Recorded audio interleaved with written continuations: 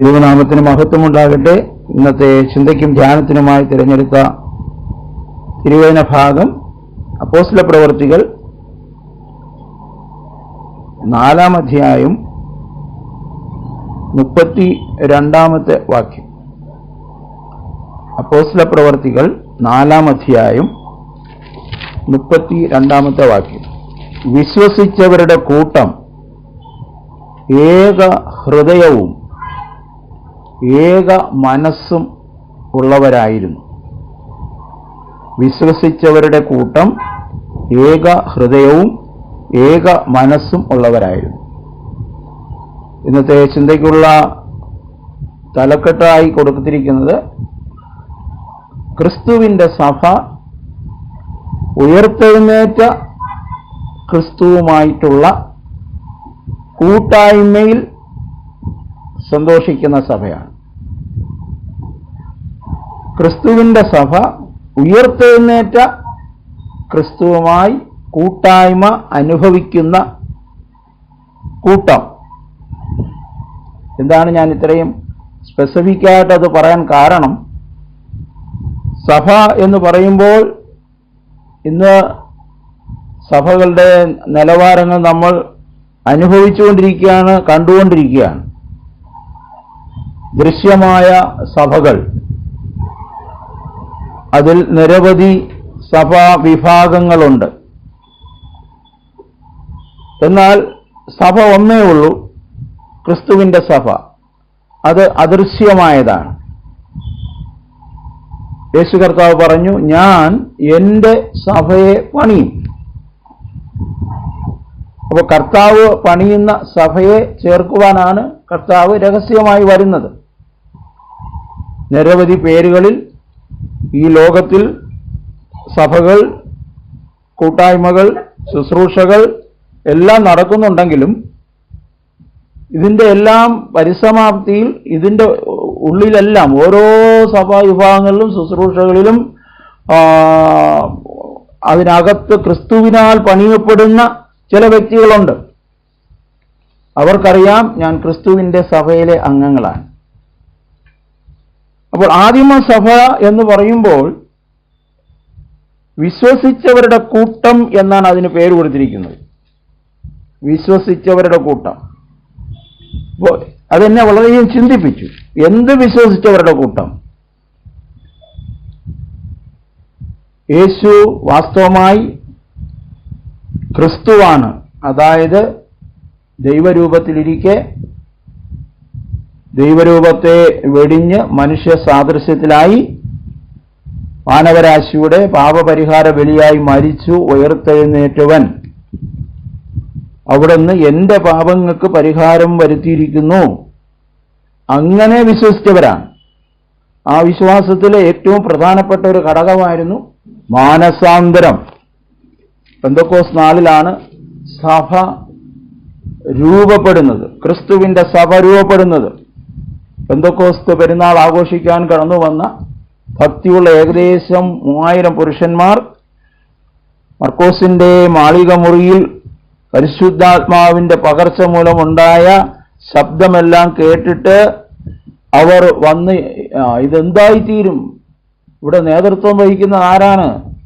ഒരു സാധാരണഗതിയിൽ മതത്തിന്റെ ചടങ്ങുകളിൽ നേതൃത്വം വഹിക്കാൻ പുരോഹിതന്മാരുണ്ടാവും. പക്ഷെ ഇവിടെ അങ്ങനെ ആരെയും കാണുന്നില്ല. എന്തായിത്തീരും? അതാണ് എൻ്റെ ഒറിജിനൽ ട്രാൻസ്ലേഷൻ. എന്തായിത്തീരും? അപ്പോഴാണ് പത്രോസ് എഴുന്നേറ്റെന്ന് പറയുന്നത്, ഇത് ദൈവത്തിന്റെ വാഗ്ദത്തത്തിന്റെ നിവർത്തീകരണമാണ്. നിങ്ങൾ ക്രൂശിച്ച യേശുവിനെ 36-ാം വാക്യം അപ്പോസ്തല പ്രവൃത്തി 2:36. നിങ്ങൾ ക്രൂശിച്ച ഈ യേശുവിനെ തന്നെ ദൈവം കർത്താവും ക്രിസ്തുവുമാക്കി വെച്ചു എന്ന് ഇസ്രായേൽ ഗൃഹമൊക്കെയും നിശ്ചയമായി അറിഞ്ഞുകൊള്ളട്ടെ. ഇത് കേട്ടിട്ട് അവർ ഹൃദയത്തിൽ കുത്തുകൊണ്ടു. പത്രോസിനോടും ശേഷം അപ്പോസ്തലന്മാരോടും, സഹോദരന്മാരായ പുരുഷന്മാരെ, ഞങ്ങൾ എന്തു ചെയ്യണമെന്ന് ചോദിച്ചു. പത്രോസ് അവരോട്, നിങ്ങൾ മാനസാന്തരപ്പെട്ട് നിങ്ങളുടെ പാപങ്ങളുടെ മോചനത്തിനായി ഓരോരുത്തരും യേശുക്രിസ്തുവിന്റെ നാമത്തിൽ സ്നാനമേൽപ്പിക്കും. എന്നാൽ പരിശുദ്ധാത്മാവെന്ന ദാനം നിങ്ങൾക്ക് ലഭിക്കും. അപ്പോൾ പത്രോസ് പ്രസംഗിച്ചത് വിശ്വസിച്ചു.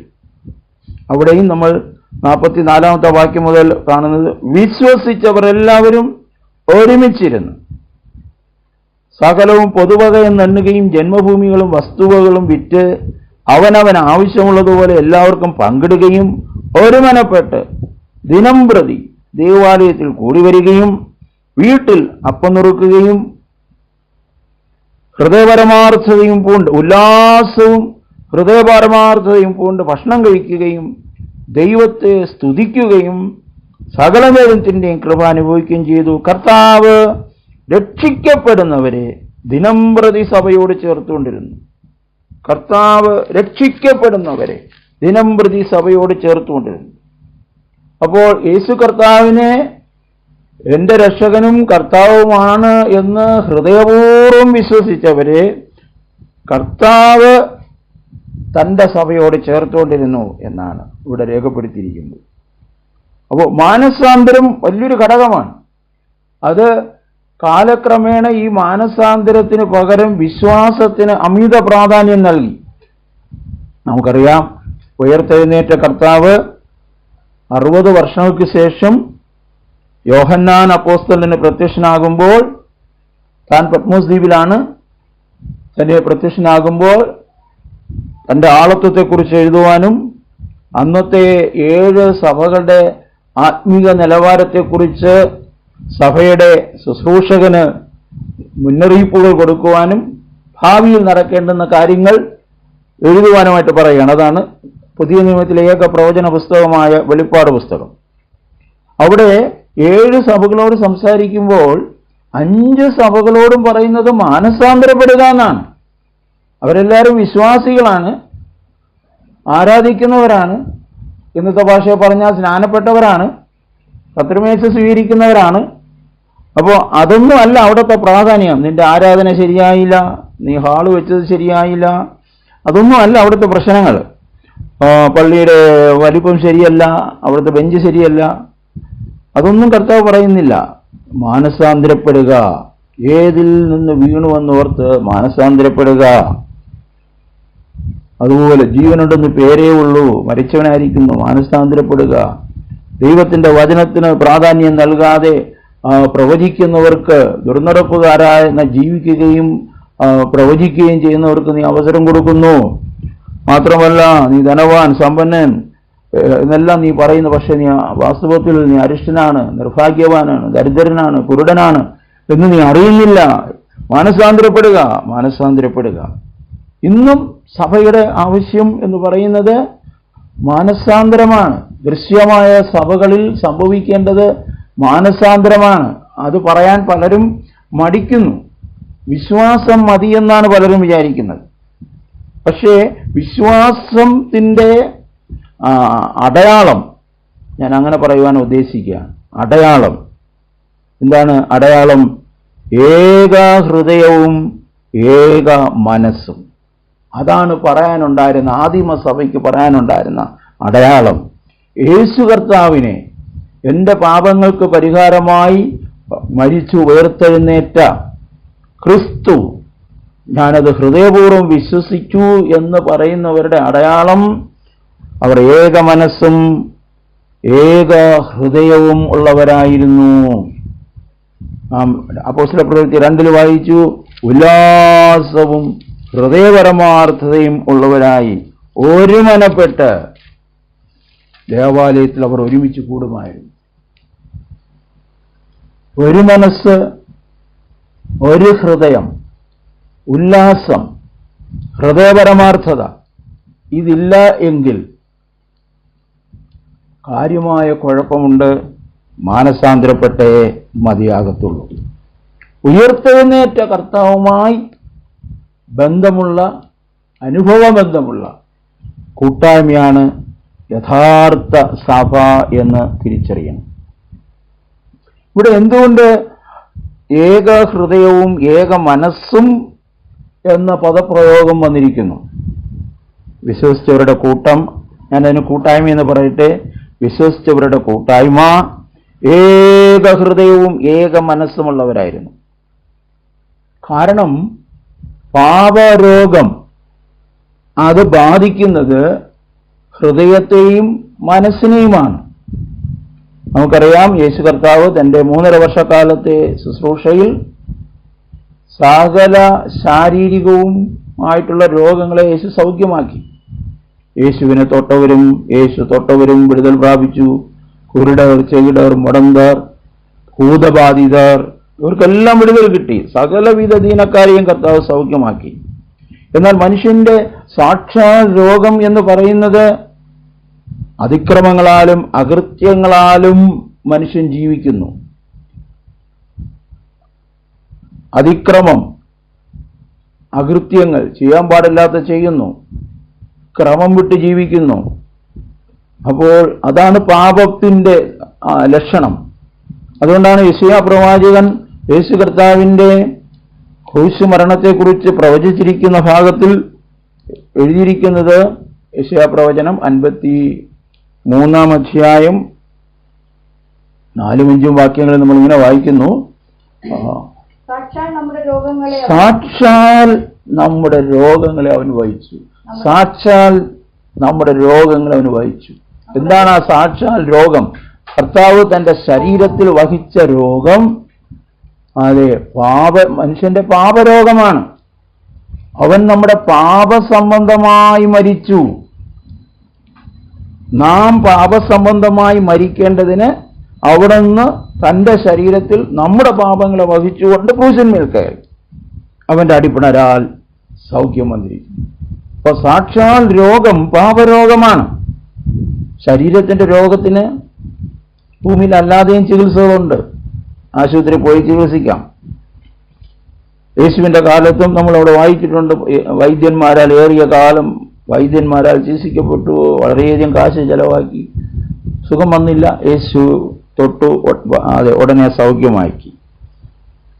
എന്നാൽ യേശു കർത്താവ് കാൽവരി ക്രൂശിൽ മരിക്കേണ്ടതിന്റെ ആവശ്യം വന്നത് മനുഷ്യൻ പാപത്തിന്റെ ശിക്ഷയിൽ നിന്ന് രക്ഷിക്കപ്പെടണം. പാപരോഗമുള്ളവനാണ്. ആ പാപരോഗത്തിന് സൗഖ്യം വരണം. ആ പാപരോഗത്തിന് സൗഖ്യം വരണമെങ്കിൽ മാനസാന്തരപ്പെടണം. ആ പാപരോഗം വരുന്നത് മനസ്സിനും ഹൃദയത്തിനുമാണ്. അതുകൊണ്ടാണ് വിശ്വസിച്ചവരുടെ കൂട്ടം ഏക ഹൃദയവും ഏക മനസ്സും ഉള്ളവരായിരുന്നു എന്ന് രേഖപ്പെടുത്തി. അത് വെറുതെ രേഖപ്പെടുത്തിയിരിക്കുന്നതല്ല. ഒരു ഭക്തൻ ഇങ്ങനെ ഒരു പാട്ടിങ്ങനെ എഴുതിയിട്ടുണ്ട്. ഒരു മാനമെന്ന ശക്തി ഒഴിഞ്ഞു പോയല്ലോ സ്വാമി പെന്തക്കോസ്തിൻ വല്ലഭനെ, എഴുന്നരുൾക പെന്തക്കോസ്തിൻ വല്ലഭനെ. പേരല്ലാതൊന്നും ഇല്ലയോ, നീലകളെല്ലാം പിഴച്ചാപമാനം ആയയോ.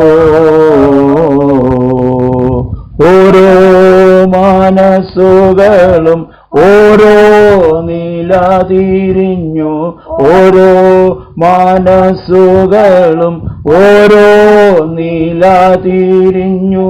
ഒരു മാനമെന്ന ശക്തി ഒഴിഞ്ഞു പോയല്ലോ സ്വാമി പെന്തക്കോസ്തിൻ വല്ലഭനെ, എഴുന്ന പെന്തക്കോസ്തിൻ വല്ലഭനെ. കല്ലായ നെഞ്ചുകളെല്ലാം ഒരുക്കണമേ, കാടെല്ലാം വെട്ടിക്കളക. എല്ലാ വഞ്ചനകളും ഇല്ലാതെ ആക്കേണമേ, എല്ലാ വഞ്ചനകളും ഇല്ലാതെ ആക്കേണമേ. എവർക്കും അനുതാപം അനുഗ്രഹിച്ചിടണമേ, പെന്തക്കോസ്തിൻ വല്ലഭനെ, എഴുന്നരുൾക പെന്തക്കോസ്തിൻ വല്ലഭനെ. അപ്പോൾ എല്ലാവർക്കും ഒരു അനുതാപം നൽകണമേ. ഏക മനസ്സും ഏക ഹൃദയവും നഷ്ടപ്പെട്ടു പോയി. ഒരു മനമെന്ന ശക്തി സഭയ്ക്കില്ലാതായി പോയി.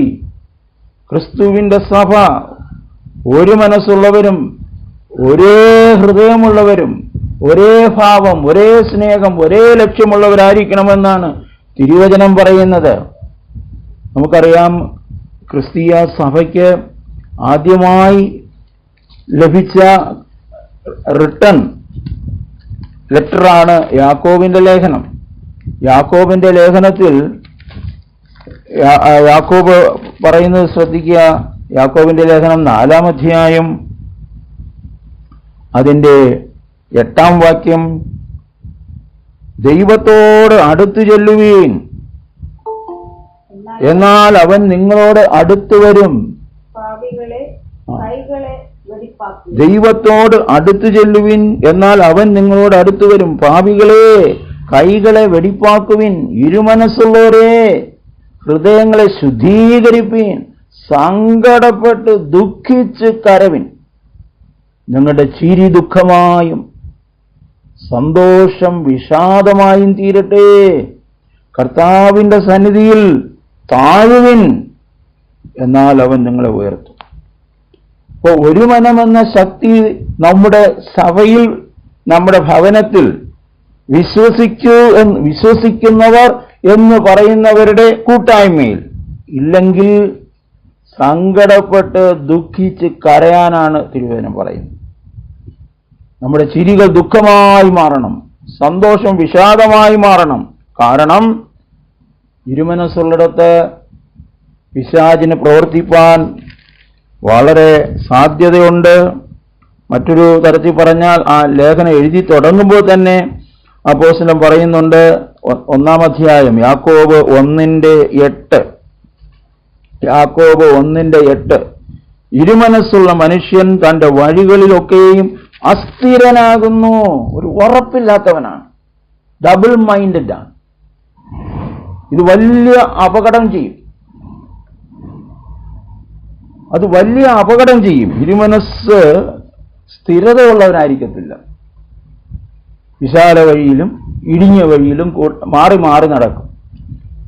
ഞായറാഴ്ച ഒരു 2 മണിക്കൂർ ഞെരുങ്ങിയ വഴിയിലായിരിക്കും, ഇടുക്കമുള്ള വഴിയിൽ. അവിടെ നിന്ന് എപ്പോൾ പുറത്തു ചാടാമെന്നാണ് നോക്കുന്നത്. ആത്മീയത, അതിലൊരു സന്തോഷമില്ല. അത് വേണമെന്നറിയാം, അത് ആവശ്യമെന്നറിയാം, പക്ഷേ അതിൽ മാത്രം ആനന്ദിക്കാൻ കഴിയുന്നില്ല. വിശാല വഴിയിലേക്ക് കൂടെ പോകും. അപ്പോൾ അസ്ഥിരനായിരിക്കുന്നവൻ ഒന്നും പ്രാപിക്കത്തില്ല. അതുകൊണ്ടാണ് ഇവിടെ പറയുന്നത്, ദൈവത്തോട് അടുത്ത് ചെല്ലുവിൻ. മുമ്പ് ദൈവത്തോട് അടുത്ത് ചെല്ലാൻ പറ്റത്തില്ല. നമുക്ക് പുരോഹിതന്റെ അടുത്ത് മാത്രമേ ചെല്ലാൻ പറ്റൂ. പഴയ നിയമപ്രകാരം പുരോഹിതന്റെ അടുത്ത് പോയി കാര്യങ്ങൾ പറയണം, പുരോഹിതൻ ദൈവത്തോട് പറയും. എന്നാൽ പുതിയ നിയമസഭയിൽ പുരോഹിതനില്ല, ഇടയന്മാരേ ഉള്ളൂ. പാസ്റ്റേഴ്സ് വഴി പറഞ്ഞു തരും, വഴി കാട്ടിത്തരും. അതെ, ക്രിസ്തുവിന്റെ വഴി കാട്ടിത്തരും. നമുക്ക് ഡയറക്റ്റായിട്ട് പോകാം, നേരിട്ട് പോകാം. അപ്പോസ്തലനായ പത്രോസ് ഇപ്രകാരം രേഖപ്പെടുത്തിയിരിക്കുന്നു. 1 പത്രോസ് 3-ാം അധ്യായം 18-ാം വാക്യം. 1 പത്രോസ് 3:18, ക്രിസ്തുവും നമ്മെ ദൈവത്തോട് അടുപ്പിക്കേണ്ടതിന്. നോക്കുക, ക്രിസ്തു എന്താണ് ചെയ്തത്? ക്രിസ്തു നമ്മെ ദൈവത്തോട് അടുപ്പിക്കേണ്ടതിന് നീതിമാനായി നീതികെട്ടവരായ നമുക്ക് വേണ്ടി നമ്മുടെ പാപനിമിത്തം ഒരിക്കലായി കഷ്ടപ്പെട്ടു, തന്റെ ശരീരത്തിൽ മരണശിക്ഷ ഏറ്റെടുത്തു, ആത്മാവിൽ ജീവിക്കപ്പെടുകയും ചെയ്തു. ഈ വലിയൊരു വെളിപ്പാട് പത്രോസിന് കിട്ടി. പൗലോസും ഉയർത്തെഴുന്നേറ്റ കർത്താവിനെ ദർശിച്ചപ്പോൾ ആ ഉയർത്തെഴുന്നേറ്റ കർത്താവിന്റെ സ്ഥാനം എന്താണെന്ന് തനിക്ക് നന്നായി മനസ്സിലായി. താൻ ക്രിസ്തു വിരോധിയായിരുന്ന ആളാണ്. ഉൽപ്പത്തി മുതൽ മലാഖി വരെ തനിക്ക് നന്നായിട്ട് പരിചയമുണ്ട്, മറ്റുള്ളവരെ പഠിപ്പിക്കുന്ന ആളാണ്. പക്ഷെ ഉയർത്തെഴുന്നേറ്റ ക്രിസ്തുവിനെ കണ്ടെത്തി കഴിഞ്ഞപ്പോൾ താൻ വളരെ വ്യക്തമായി പറയുകയാണ്. അപ്പോസ്തല പ്രവൃത്തികൾ 20:21, ദൈവത്തിങ്കിലേക്കുള്ള മാനസാന്തരവും നമ്മുടെ കർത്താവായ യേശുക്രിസ്തുവിലുള്ള വിശ്വാസവും. നോക്കുക, പിതാവായ ദൈവത്തിൽ നിന്ന് മനുഷ്യൻ അകന്നുപോയി. യേശു ക്രിസ്തു നമുക്ക് അടുത്തു വരുവാനായി, പിതാവായ ദൈവത്തോട് അടുക്കുവാനായി വഴിയൊരുക്കി. അപ്പോൾ യേശു ക്രിസ്തുവിൽ വിശ്വസിക്കുന്നു, പിതാവായ ദൈവത്തോട് പാപങ്ങളെ ഏറ്റുപറയുന്നു. അപ്പാ, ഞാൻ സ്വർഗ്ഗത്തോടും നിന്നോടും പാപം ചെയ്തിരിക്കുന്നു, എന്റെ അറിവില്ലായ്മയുടെ കാലങ്ങളെ ക്ഷമിക്കണമേ, ഞാൻ പാപിയാണെന്ന് സമ്മതിക്കുന്നു. അങ്ങനെ ഒരു കറക്റ്റായിട്ടുള്ള ഒരു അനുതാപം, ഒരു റിപ്പൻറ്റൻസ് വരുമ്പോൾ കർത്താവ് നമ്മുടെ ഹൃദയത്തെ ശുദ്ധീകരിക്കുന്നു, മനസ്സിനെ സൗഖ്യമാക്കുന്നു. നോക്കുക, യെശയ്യാ പ്രവചനത്തിൽ നമ്മൾ പല പ്രാവശ്യവും വായിച്ചിട്ടുള്ള ഒരു ഭാഗമാണ് യെശയ്യാ പ്രവചനം 1-ാം അധ്യായം 5-ാം വാക്യം. മനസ്സിനും ഹൃദയത്തിനുമാണ് ഈ പാപരോഗം ബാധിക്കുന്നത്. വായിക്കാം. ഇനി നിങ്ങളെ അടിച്ചിട്ടുണ്ട്, നിങ്ങൾ അധികം അധികം പിന്മാറുകയുള്ളൂ.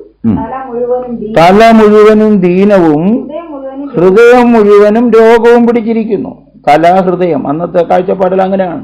തല കൊണ്ടാണല്ലോ നമ്മൾ ചിന്തിക്കുന്നത്, തലയിലാണ് കാഴ്ച, കേൾവി, ടേസ്റ്റൊക്കെ നമ്മൾ അനുഭവിക്കുന്നത്, സംസാരശേഷി.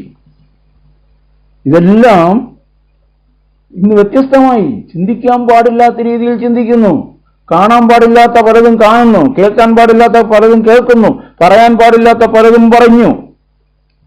ഇന്നതല്ലേ സകല പ്രശ്നങ്ങൾക്കും കാരണം.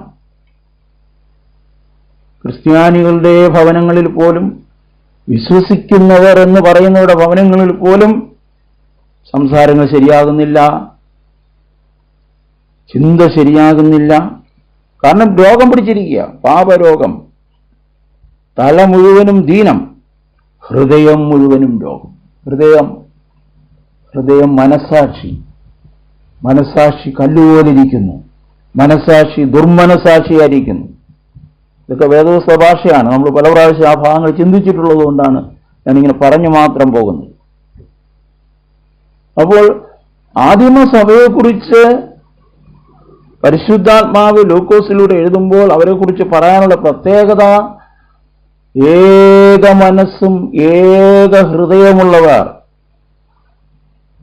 ഉല്ലാസവും ഹൃദയപരമാർത്ഥതയുമുള്ളവർ. ഇതില്ലാതിരിക്കുന്നുവെങ്കിൽ വിശ്വസിച്ചു എന്ന് പറഞ്ഞിട്ട് കാര്യമില്ല. വിശ്വാസ സമൂഹം എന്ന് പറഞ്ഞുകൊണ്ടിരിക്കാം, പക്ഷേ കർത്താവ് നോക്കുമ്പോൾ പാപരോഗം അവിടെ കിടക്കുകയാണ്. വാസ്തവമായി ഹൃദയത്തിൻ്റെ ആഴത്തിൽ നിന്ന്, അത് ഒരു ഭക്തൻ പണ്ട് പാടിയൊരു പാട്ട് നമുക്ക് ഓർമ്മയുണ്ട്, എൻ്റെ ചെറുപ്പത്തിലേക്ക് കേൾക്കുന്നൊരു പാട്ടാണ്. എൻ്റെ രോഗം നീ വഹിച്ചു, എൻ്റെ ശാപം നീക്കി മുറ്റു, എൻ്റെ രോഗം നീ വഹിച്ചു, എൻ്റെ ശാപം നീക്കി മുറ്റു, നിനക്കായിട്ടല്ലയോ ക്രൂശിങ്കൽ ജീവനെ തന്നത്. ആ രോഗം എൻ്റെ ശരീരത്തിന്റെ രോഗമല്ല, എൻ്റെ പാപരോഗം. ആ ഒരു സീരിയസ്നെസ്, എൻ്റെ സ്നേഹമില്ലായ്മ, ഒരു മനസ്സാകാൻ കഴിയാത്ത അവസ്ഥ, ഹൃദയത്തിലെ മലിനതകൾ, ഇതെല്ലാം കർത്താവ് എനിക്ക് മാറ്റി തന്നു. ഏക ഉദര സഹോദരങ്ങൾ എന്ന് പറയുമല്ലോ, അതെ, നമ്മെ സഹോദരങ്ങളാക്കി മാറ്റി, ദൈവ മക്കളാക്കി മാറ്റി. നാം തമ്മിൽ സഹോദരങ്ങളാണ്. ആ ഒരു മൈൻഡ് ആദിമസഭയ്ക്കുണ്ടായിരുന്നു. അത് വളർന്നു വന്നപ്പോൾ, അത് മാറിയപ്പോൾ അതിന് ശാസന കർത്താവ് നൽകുകയാണ്. റിപ്പന്റ്, മാനസാന്തരപ്പെടുകയെ പോംവഴിയുള്ളൂ, മാനസാന്തരപ്പെടാഞ്ഞാൽ ശിക്ഷയെന്നാണ് പറഞ്ഞിരിക്കുന്നത്. അപ്പോൾ ഈ കൂട്ടായ്മയുടെ ആഴങ്ങളിലേക്ക് ചെല്ലുമ്പോൾ അപ്പോസ്തലനായ യോഹന്നാൻ ആ കൂട്ടായ്മയെക്കുറിച്ച് അല്പം വിശദീകരിച്ച് പറയുന്നുണ്ട്. 1 യോഹന്നാൻ 1-ാം അധ്യായം 7-ാമത്തെ വാക്യം. 1 യോഹന്നാൻ 1-ാം അധ്യായം 7-ാമത്തെ വാക്യം. ഹല്ലേലൂയ. അവൻ വെളിച്ചത്തിലിരിക്കുന്നത് പോലെ വെളിച്ചത്തിൽ നടക്കുന്നു എങ്കിൽ നമുക്ക് തമ്മിൽ കൂട്ടായ്മയുണ്ട്. അവിടെ ദൈവത്തെ കുറിച്ച് പറയുമ്പോൾ 5-ാം വാക്യം ഇപ്രകാരമാണ് പറയുന്നത്, ദൈവം വെളിച്ചമാകുന്നു, അവനിൽ അവനിൽ ഇരുട്ട് ഒട്ടുമില്ല എന്നുള്ളത് ഞങ്ങൾ അവനോട് കേട്ട് നിങ്ങളോട് അറിയിക്കുന്ന ദൂതാണ്. ഞങ്ങൾ അവനോട് കേട്ട് നിങ്ങളോട് അറിയിക്കുന്ന ദൂതാണ്. ഇന്ന് ദൈവത്തെക്കുറിച്ച് പലർക്കും കൺഫ്യൂഷനാണ്. ദൈവം ഒരു പവറാണോ, ദൈവം ഒരു ശക്തിയാണോ? ചിലർ ദൈവം ഇല്ല എന്ന് പറയും, ദൈവം ഇല്ല എന്ന് പറയും, പറയാൻ മടിക്കുന്നില്ല. ക്രിസ്തീയ കുടുംബത്തിലെ യുവമക്കൾ പോലും പലരും ദൈവം ഇല്ല എന്ന് പറയും. നമുക്കതറിയാം, ദൈവവിശ്വാസമൊന്നും അവരിലില്ല. അപ്പോൾ ദൈവത്തെക്കുറിച്ച് ഇവിടെ ക്ലിയർ പിക്ചറാണ്. ദൈവം വെളിച്ചമാകും എന്ന് പറഞ്ഞാൽ എന്താണ്? വെളിച്ചത്തിന് വേദോസം പറയുന്ന നിർവചനം നമ്മൾ വായിച്ചിട്ടുണ്ട്. എഫേസ്യർക്ക് ലേഖനം 5-ാം അധ്യായം 10-ാം വാക്യമാണ്. എഫേസ്യർ 5:10. സകല സൽഗുണവും നീതിയും സത്യവുമല്ലോ വെളിച്ചത്തിന്റെ ഫലം. അപ്പൊ ദൈവം വെളിച്ചമാകുന്നു എന്ന് പറഞ്ഞാൽ ദൈവം സൽഗുണ സമ്പൂർണനാണ്, ദൈവം നീതിമാനാണ്, ദൈവം സത്യവാനാണ്. അതുകൊണ്ടാണ് യോഹന്നാൻ സുവിശേഷം എഴുതി തുടങ്ങുമ്പോൾ അതിൻ്റെ 1-ാം അധ്യായം 9-ാം വാക്യത്തിൽ നമ്മൾ ഇങ്ങനെ വായിക്കുന്നു: ഏത് മനുഷ്യനെയും പ്രകാശിപ്പിക്കുന്ന സത്യ വെളിച്ചം ലോകത്തിലേക്ക് വന്നുകൊണ്ടിരുന്നു. ഏത് മനുഷ്യനെയും പ്രകാശിപ്പിക്കുന്നു. ഏത് രാജ്യക്കാരനാകട്ടെ, ഏത് ഭാഷക്കാരനാകട്ടെ, ഏത് പ്രായക്കാരനാകട്ടെ, ഏത് ജാതിക്കാരനാകട്ടെ, പ്രശ്നമില്ല. മനുഷ്യനെ മനുഷ്യനാക്കി തീർക്കുന്ന പ്രകാശം. അതിൻ്റെ 1-ാം അധ്യായം 4-ഉം 5-ഉം വാക്യങ്ങൾ വായിക്കുമ്പോൾ അല്പം കൂടെ ആഴമായിട്ട് അവിടെ പറഞ്ഞു വരുന്നുണ്ട്. വചനം ജഡമായി തീർന്നവനിൽ ജീവനുണ്ടായിരുന്നു, ആ ജീവൻ മനുഷ്യരുടെ വെളിച്ചമായിരുന്നു. വെളിച്ചം ഇരുളിൽ പ്രകാശിക്കുന്നു, ഇരുളിന് അതിനെ പിടിച്ചടക്കുവാൻ കഴിഞ്ഞില്ല. അപ്പോൾ ദൈവത്തിന്റെ ജീവൻ ഒരു മനുഷ്യനിലേക്ക് വരുമ്പോൾ, അപ്പൊ രക്ഷിക്കപ്പെട്ടവരെ കർത്താവ് ദിനം പ്രതി സഭയോട് ചേർത്തുകൊണ്ടിരുന്നു. എന്താണ് രക്ഷിക്കപ്പെട്ടവർ? ശിക്ഷയിൽ നിന്ന് രക്ഷിക്കപ്പെട്ടവർ. ശിക്ഷ എന്ന് പറയുന്നത് മരണം, ശരീരത്തിന്റെ മരണമല്ല, ദേഹിയുടെ മരണമാണ്. സ്പിരിച്വൽ സെൻസ് ഓർഗൻസിന്റെ മരണമാണ്. തല, ഹൃദയം, തലയുടെയും ഹൃദയത്തിന്റെയും നിർജീവാവസ്ഥ. ദൈവഹിതപ്രകാരമുള്ളത് ചിന്തിക്കാൻ കഴിയുന്നില്ല, ദൈവഹിതപ്രകാരമുള്ള ഒരു ജീവിതം നയിക്കുവാനായി കഴിയുന്നില്ല. ജഡത്തിന്റെ അവസ്ഥ, ജഡം. അപ്പോൾ കർത്താവിനെ സ്വീകരിക്കുമ്പോൾ അവിടെ ശിക്ഷയിൽ നിന്ന് രക്ഷിക്കപ്പെടുന്നു, വെളിച്ചമുള്ളിൽ വരുന്നു. അത് വെളിച്ചം മനുഷ്യനിൽ ജീവനായി പരിണമിക്കുന്നു. അപ്പോൾ ദൈവം വെളിച്ചമാകുന്നു എന്ന് പറയുമ്പോൾ അത് സ്വഭാവവുമായി ബന്ധപ്പെട്ടതാണ്. ദൈവത്തിന്റെ വെളിച്ചം മനുഷ്യനിലേക്ക് വരുമ്പോൾ അത് ജീവനായി തീരും. ചത്തിരിക്കുന്ന അവസ്ഥ, മരിച്ചിരിക്കുന്ന അവസ്ഥയ്ക്ക് അവിടെ മാറ്റം വരുന്നു, ജീവനായി മാറുന്നു. ജീവനായി മാറുമ്പോൾ സ്വഭാവം മാറുന്നു. അപ്പോൾ സ്വഭാവം മാറുന്നുവെങ്കിൽ അവിടെ അടുത്ത് പറയുകയാണ്, അതാണ് ദൈവം വെളിച്ചമാകുന്നു, അവനിൽ ഇരുട്ട് ഒട്ടുമില്ല എന്നുള്ളത് ഞങ്ങൾ അവനോട് കേട്ട് നിങ്ങളോട് അറിയിക്കുന്ന ദൂതാകുന്നു. ഇനി വായിക്കുമ്പോൾ 7-ാം വാക്യം കുറച്ചുകൂടെ മനസ്സിലാവും.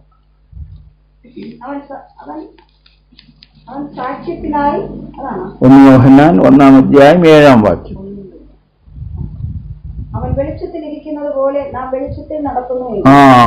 പിതാവായ ദൈവം വെളിച്ചത്തിലിരിക്കുന്നത് പോലെ നാം വെളിച്ചത്തിൽ ജീവിക്കുന്നു എങ്കിൽ നമുക്ക് തമ്മിൽ കൂട്ടായ്മയുണ്ട്. വെളിച്ചവും തമ്മിൽ ചേരും. വെളിച്ചവും ഇരുട്ടും തമ്മിൽ ഒരിക്കലും ചേരത്തില്ല.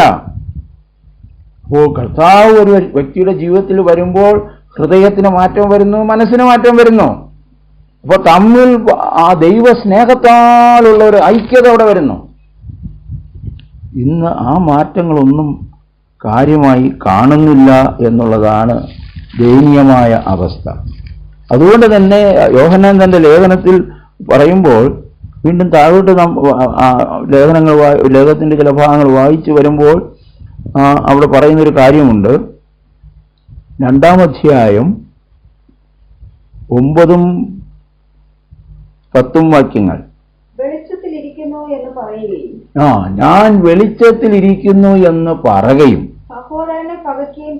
സഹോദരനെ പകയ്ക്കുകയും ചെയ്യുന്നവൻ ഇരിക്കുന്നു. അപ്പൊ പറയാൻ എളുപ്പമാണ്, പക്ഷെ പറയുകയും ഉള്ളിൽ ദൈവസ്നേഹമില്ലാതിരിക്കുകയും ചെയ്യുന്നുവെങ്കിൽ ഇന്നും ഇരുട്ടിലാണ്. അതിന്റെ അപകടം എന്താണെന്ന് നോക്കാം. സഹോദരനെ സ്നേഹിക്കുന്നവൻ വെളിച്ചത്തിൽ വസിക്കുന്നു, ഇടർച്ചയ്ക്ക് അവന് കാരണമില്ല. സഹോദരനെ പഴിക്കുന്നവനോ ഇരുട്ടിലിരിക്കുന്നു, ഇരുട്ടിൽ നടക്കുകയും ചെയ്യുന്നു. ഇരുട്ട് അവന്റെ കണ്ണ് കുരുടാക്കിയാൽ എവിടേക്ക് പോകുന്നു എന്നവൻ അറിയുന്നില്ല. ഇരുട്ട് അവന്റെ കണ്ണ് കുരുടാക്കി. കണ്ണ് തുറന്നിരുന്നാലും ഇരുട്ടത്ത് കാഴ്ചയില്ല, ഒന്നും കാണാൻ പറ്റത്തില്ല. ദൈവസ്നേഹമില്ലാത്തൊരു വ്യക്തിയുടെ ജീവിതം ഇരുട്ടിലാണ്. അവൻ ഇന്നയോളം ഇരുട്ടിലിരിക്കുന്നു. ഇനി അതിന്റെ 4-ാം വാക്യം നോക്കാം. 1 യോഹന്നാൻ 2:4. അവനെ അറിഞ്ഞിരിക്കുന്നു എന്ന് പറയുകയും അവന്റെ കൽപ്പനകളെ പ്രമാണിക്കാതിരിക്കുകയും ചെയ്യുന്നവൻ കള്ളൻ ആകുന്നു. യേശുക്രിസ്തുവിനെ എനിക്കറിയാം. അല്ലെ, എല്ലാ ഞായറാഴ്ചയും കേൾക്കുന്ന ഒരു വാക്യമാണ്. ഒരുത്തൻ പാപം ചെയ്തുവെങ്കിലോ നീതിമാനായ യേശുക്രിസ്തു എന്ന കാര്യസ്ഥൻ നമുക്ക് പിതാവിന്റെ അടുക്കലുണ്ട്. അവൻ നമ്മുടെ പാപങ്ങൾക്ക് പ്രായശ്ചിത്തമാകുന്നു.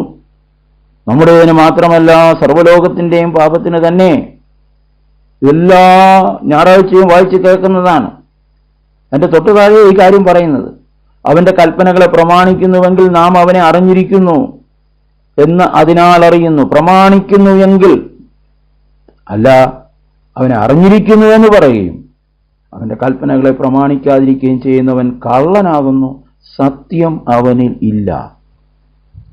6-ാം വാക്യം 5-ഉം 6-ഉം ചേർത്ത് വാക്യം. എന്നാൽ ആരെങ്കിലും അവന്റെ വചനം പ്രമാണിക്കുന്നുവെങ്കിൽ അവനിൽ ദൈവസ്നേഹം വാസ്തവമായി തികഞ്ഞിരിക്കുന്നു. ദൈവസ്നേഹം വെറും സ്നേഹമല്ല.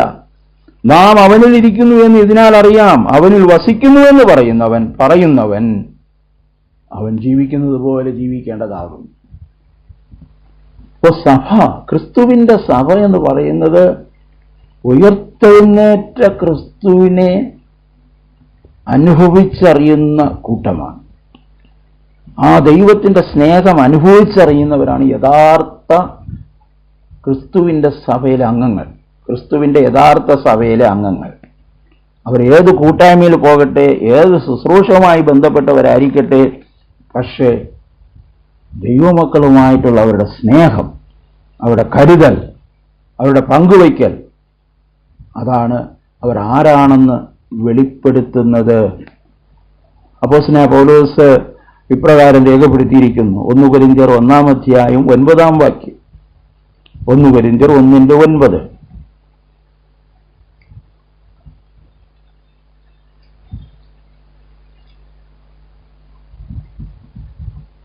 തന്റെ പുത്രനും നമ്മുടെ കർത്താവായ യേശുക്രിസ്തുവിന്റെ കൂട്ടായ്മയിലേക്ക് നിങ്ങളെ വിളിച്ചിരിക്കുന്ന ദൈവം വിശ്വസ്തൻ. കൂട്ടായ്മയിലേക്ക് വിളിച്ചിരിക്കുന്ന ദൈവം കണ്ടുമുട്ടി വിടുന്ന ഒരു ദൈവമല്ല. കണ്ടുമുട്ടി കഴിഞ്ഞ ആഴ്ചയിൽ നമ്മൾ ചിന്തിച്ചു, കർത്താവിനെ കണ്ടുമുട്ടുക, ഉയർത്തെഴുന്നേറ്റ കർത്താവിനെ കണ്ടുമുട്ടുക. കണ്ടുമുട്ടി പിന്നെ ഗുഡ് ബൈ പറയുന്ന ജീവിതമല്ല ക്രിസ്തീയ ജീവിതം. കണ്ടുമുട്ടിയാൽ പിന്നെ കൂട്ടായ്മയിലേക്കാണ് വിളിച്ചിരിക്കുന്നത്. മാനുഷികമായ കൂട്ടായ്മ ഉണ്ട്. ഓരോരുത്തരും ഓരോ കൂട്ടായ്മയെ ശക്തിപ്പെടുത്താൻ ആഗ്രഹിക്കുന്നു. മറ്റുള്ള കൂട്ടായ്മകൾ പോകുന്നവരെ ചിലപ്പോൾ അംഗീകരിക്കുന്നില്ല. മറ്റുള്ള കൂട്ടായ്മ പോകുന്നവരെ ചില കൂട്ടായ്മകളിലേക്ക് വലിച്ചെടുക്കാനാണ് നോക്കുന്നു. അതിനുള്ള കണക്കും കാര്യങ്ങളെല്ലാം അവരവർ കൊടുത്തോട്ടെ. പക്ഷേ ഏറ്റവും പ്രാഥമികവും പ്രാധാന്യമായിട്ടുള്ള കൂട്ടായ്മ ദൈവവുമായിട്ടുള്ള കൂട്ടായ്മയാണ്, പരിശുദ്ധാത്മാവിലുള്ള കൂട്ടായ്മയാണ്. ഒരു പ്രാവശ്യം കൂടെ ആ വാക്യം ഒന്ന് വായിക്കാം. തന്റെ പുത്രനും നമ്മുടെ കർത്താവായ യേശുക്രിസ്തുവിന്റെ കൂട്ടായ്മയിലേക്ക് നിങ്ങളെ വിളിച്ചിരിക്കുന്ന ദൈവം വിശ്വസ്തൻ. നമ്മൾ വിളിച്ചിരിക്കുകയാണ് ആ കൂട്ടായ്മയിൽ വസിക്കുവാൻ. 24/7 ആ കൂട്ടായ്മയിൽ വസിക്കുവാൻ നമ്മൾ വിളിച്ചിരിക്കുന്നു. ആ നിലവാരത്തിൽ നമ്മുടെ ആത്മീയ ജീവിതം വളരണം. നമ്മുടെ കൂടെ വസിക്കുന്ന ആ കൂട്ടായ്മയുടെ അനുഭവം, ആ കൂട്ടായ്മയിൽ നമ്മൾ മറ്റുള്ളവരോടും ആ കൂട്ടായ്മയുടെ അനുഭവം പങ്കിടും. ഞാൻ സാറിന് പറയാറുണ്ട്, BA കഴിഞ്ഞാൽ അടുത്ത ദൈവം നൽകുന്ന ഡിഗ്രിയാണ് BSc. BA എന്ന് പറയുന്ന ബോൺ അഗെയിൻ, വീണ്ടും ജനനം പ്രാപിച്ചു കഴിഞ്ഞാൽ അടുത്ത അവരിൽ അത് പ്രത്യക്ഷമായി ഉണ്ടാകുന്ന അടയാളമാണ് BSc, ബെയറിംഗ്, ഷെയറിംഗ്, കെയറിംഗ്. അതിനെക്കുറിച്ചുള്ള ഒരു വാക്യം കൂടെ പറഞ്ഞ് നമ്മളിവിടെ അവസാനിപ്പിക്കുകയാണ്. എബ്രായർ 13-ാം അധ്യായം 14, 15 വാക്യങ്ങളിൽ നമ്മളിങ്ങനെ കാണുന്നു. എബ്രായർ 13, 14, 15 വാക്യങ്ങൾ. ഇവിടെ നമുക്ക് നിലനിൽക്കുന്ന നഗരം ഇല്ല. നമ്മളിവിടെ പരദേശികളാണ്. വരാനിരിക്കുന്ന ഒരു നഗരം അത്രേ നാം കാത്തിരിക്കുന്നു. കർത്താവ് പറഞ്ഞു, ഞാൻ നിങ്ങൾക്ക് സ്ഥലമൊരുക്കുവാൻ പോകുന്നു. എന്റെ പിതാവിന്റെ ഭവനത്തിൽ അനേകം വാസസ്ഥലങ്ങളുണ്ട്. ഇല്ലെങ്കിൽ ഞാൻ നിങ്ങളോട് പറയുമായിരുന്നു. ഉണ്ട്. പക്ഷേ അന്നത്തെ യഹൂദ പശ്ചാത്തലത്തിൽ താൻ പറയുകയാണ്, മണവാളൻ വരുമ്പോൾ മണവാട്ടിക്കായി ഭവനം ഒരുക്കിയിട്ടാണ് യഹൂദന്മാരുടെ വിവാഹം നടക്കുന്നത്. വിവാഹം കഴിഞ്ഞ ശേഷം മണവാട്ടിയെ അമ്മായിയപ്പന്റെയും അമ്മായിയമ്മയുടെയും വീട്ടിലേക്കല്ല കൊണ്ടുപോകുന്നത്. ഭർത്താവ് വെച്ച മണവാളൻ വെച്ച പുതിയ വീട്ടിലേക്കാണ്. ആ ഒരു പശ്ചാത്തലത്തിലാണ് പറയുന്നത്, ഞാൻ നിങ്ങൾക്ക് സ്ഥലമൊരുക്കുവാൻ പോകുന്നു. ഞാൻ പോയി സ്ഥലമൊരുക്കാൻ ഞാനിരിക്കുന്നിടത്ത് നിങ്ങളും ഇരിക്കേണ്ടതിന് പിന്നെയും വന്ന് നിങ്ങളെ എൻ്റെ അടുക്കൽ ചേർത്തുള്ളൂ. അപ്പോൾ ആ ഒരു വലിയൊരു ആ രത്ന കൊട്ടാരത്തിനായി നമ്മൾ കാത്തിരിക്കുന്നു. ആ ഒരു കൂട്ടായ്മയ്ക്കായി നമ്മൾ കാത്തിരിക്കുന്നു. അടുത്ത് അതുകൊണ്ട് യേശുക്രിസ്തു മുഖാന്തരം നാം പിതാവായ ദൈവത്തിന് യേശുക്രിസ്തുവിന്റെ നാമത്തെ ഏറ്റുപറയുന്ന ഇടപെടാതെ എന്തിനാണ് സ്തോത്രം പറയുന്നത്? ഞാൻ ഇവിടത്തെ ആളല്ല, വരുവാനുള്ളതിനായി ഞാൻ കാത്തിരിക്കുകയാണ്. പിതാവായ ദൈവം യേശുക്രിസ്തുവിലൂടെ ആ ഒരു അനുഭവത്തിലേക്ക് ഒന്ന് കൊണ്ടുവന്നു. തന്റെ പരിശുദ്ധാത്മാവിനെ അഡ്വാൻസായി എൻ്റെ ഹൃദയത്തിൽ അവിടെ നിന്ന് പകർന്നു. അതുകൊണ്ടാണ് സ്തോത്രം. പക്ഷെ ഈ സ്തോത്രം പറയുമ്പോൾ ഒരു കാര്യം മറക്കരുതെന്നാണ് തൊട്ടടുത്ത് പറഞ്ഞിരിക്കുന്നത്. നന്മ ചെയ്യുവാനും കൂട്ടായ്മ ആചരിപ്പാനും മറക്കരുത്. ഈ വക ആരാധനയിലാണ് ദൈവം പ്രസാദിക്കുന്നത്. പഴയ നിയമത്തിലെ യാഗം ആരാധനയാണ്. ഈ വക യാഗത്തിലല്ലോ ദൈവം പ്രസാദിക്കുന്നു. നമ്മുടെ മുന്നോട്ടുള്ള ജീവിതയാത്രയിൽ നന്മ ചെയ്യുവാനും കൂട്ടായ്മ ആചരിപ്പാനും തമ്മിലുള്ള കൂട്ടായ്മ, ദൈവത്തോടുള്ള കൂട്ടായ്മ, തമ്മിലുള്ള കൂട്ടായ്മ, അതായിരുന്നു പ്രത്യേകത. ആ നന്മ ചെയ്യുന്നതിൽ പലരും നോക്കിയൊക്കെ നന്മ ചെയ്യും. ദൈവമക്കളാണോ എന്നൊക്കെ നോക്കിയാണ് ചിലരൊക്കെ നന്മ ചെയ്യുന്നത്. എന്നാൽ ആ നന്മയെക്കുറിച്ച് പറയുമ്പോൾ ഗലാത്യർക്ക് എഴുതിയ ലേഖനത്തിൽ ഇപ്രകാരം പറയുന്നു. ഗലാത്യർക്ക് ലേഖനം 6-ാം അധ്യായത്തിൽ